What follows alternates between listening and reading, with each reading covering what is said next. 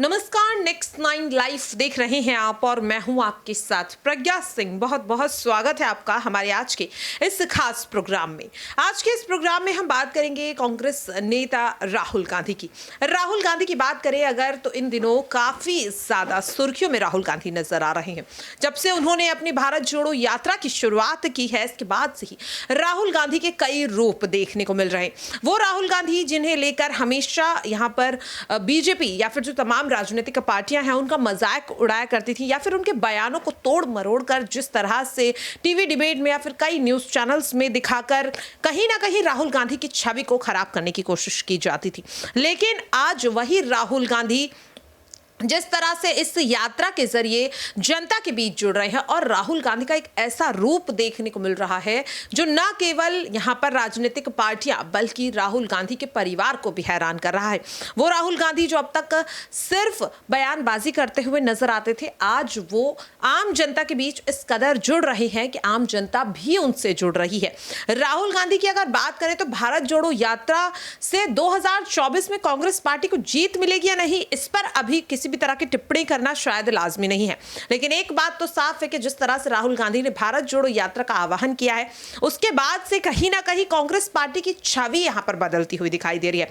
वो कांग्रेस पार्टी जिसकी कहीं ना कहीं छवि परिवारवाद, मुस्लिम विरोधी जैसे मुद्दों को लेकर बन चुकी थी, वो अब इस छवि को बदलती हुई नजर आ रही है। साफ तौर पर अब कांग्रेस पार्टी को लेकर इस तरह का कहा जाता है, इस तरीके की बातें कही जाती कि हाँ, अब वाकई में कांग्रेस पार्टी असल विपक्ष का किरदार निभाती हुई नजर आ रही है।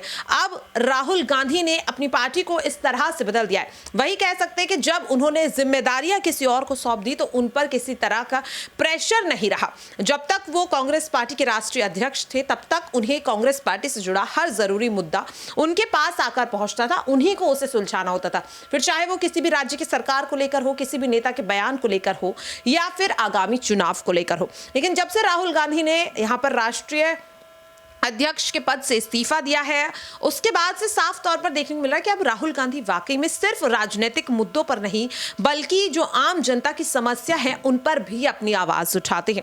जिस तरह से युवाओं से जुड़े जो भी मुद्दे हैं, रोजगार से जुड़े जितने मुद्दे हैं, उन पर राहुल गांधी अब फैक्ट्स की बातें करते हैं। सिर्फ हवाई बातें या फिर सिर्फ निशानेबाजी नहीं, बल्कि वो फैक्ट्स की बात करते हैं। जिस तरह से अगर मैं बात करूं, उन्होंने जब गुजरात चुनाव के वक्त यहां पर कई बयान दिए थे, लेकिन यहां पर जो सबसे बड़ी बात, जिस तरह से उन्होंने बेरोजगारी के मुद्दे पर कई ऐसी बातें बताई, कई ऐसी चीजें बताई, साथ ही उन्होंने ये भी बताया कि आखिरकार वाकई में केंद्र सरकार कहां गलती कर रही है। क्या वजह है कि अब आम आदमी पार्टी धीरे धीरे सरकार, जो मौजूदा सरकार है यानी कि बीजेपी, उसकी पकड़ को कमजोर कर रही है। तो आखिरकार उसके पीछे की वजह क्या है। वहीं दूसरी ओर गुजरात चुनाव में भले ही कांग्रेस पार्टी को मुंह की खानी हो, लेकिन हिमाचल प्रदेश में कांग्रेस पार्टी ने जो जीत हासिल की है, उसके बाद कहीं ना कहीं अब राहुल गांधी कांग्रेस पार्टी को जो मजबूत करने का जो जिम्मा उन्होंने उठाया था, ऐसा लग रहा है कि वाकई में उसे बखूबी निभा रहे हैं।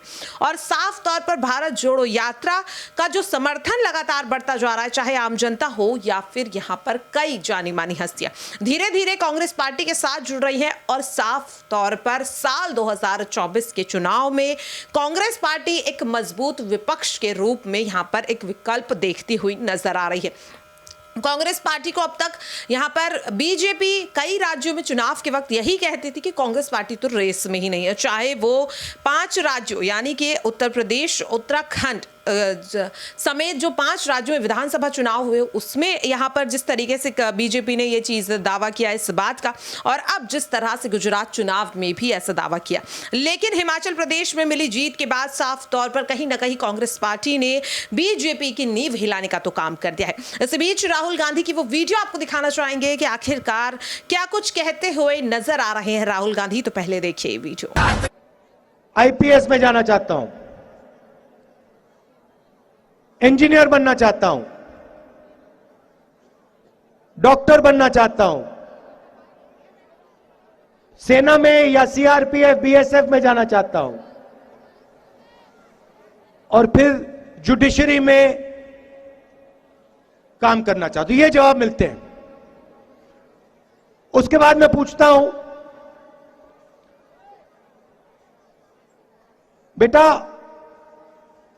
पढ़ाई कितनी की? इंजीनियर बनना चाहते हो, इंजीनियरिंग पढ़ी? कहते हैं हां। कितना पैसा लगा? किसने दिया? राहुल जी, मेरे पिता मजदूर हैं, कोई कहता है मेरे पिता किसान हैं। उन्होंने अपना खून पसीना देकर मेरी शिक्षा के पैसे दिए। अच्छा, आप क्या करते हो? क्या इंजीनियर हो? सॉफ्टवेयर इंजीनियर बने? नहीं राहुल जी। क्या करते हो? राहुल जी, मैं मजदूरी करता हूं, मैं गाड़ी चलाता हूं, मैं ट्रक चलाता हूं, मैं ऊबर चलाता हूं, मैं डिलीवरी करता हूं।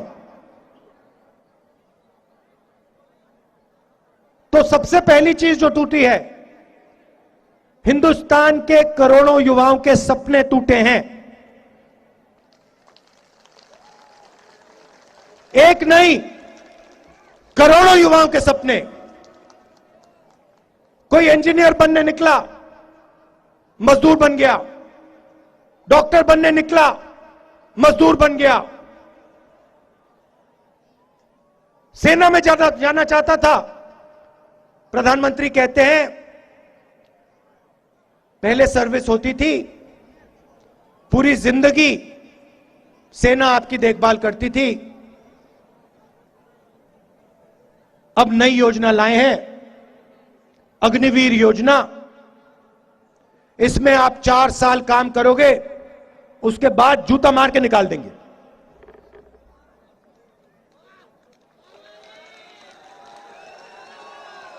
और फिर तुम्हें जो करना है कर लो, रोजगार मिले ना मिले मर जाओ, हमें कोई फर्क नहीं पड़ता। आपको 4 साल मिलेंगे, 4 साल के बाद आपको 1 मिनट नहीं मिलने वाला। अच्छा भाई और बहनों, जो व्यक्ति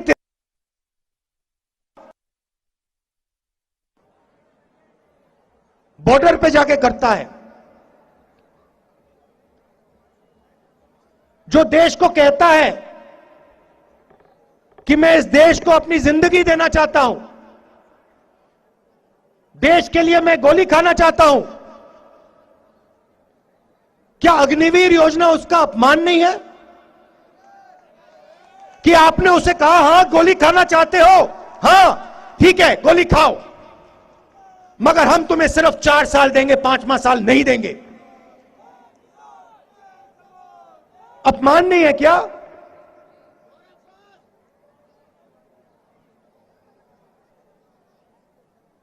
और फिर 4 साल सेवा करने के बाद बॉर्डर पे, ठंड में, सियाचिन में समाज में वापस आएगा।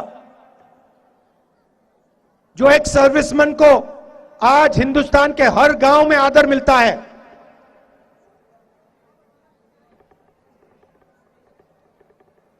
वो अग्निवीर योजना वालों को नहीं मिलेगा।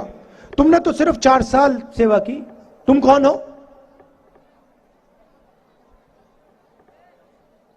बात वहां नहीं रुकेगी।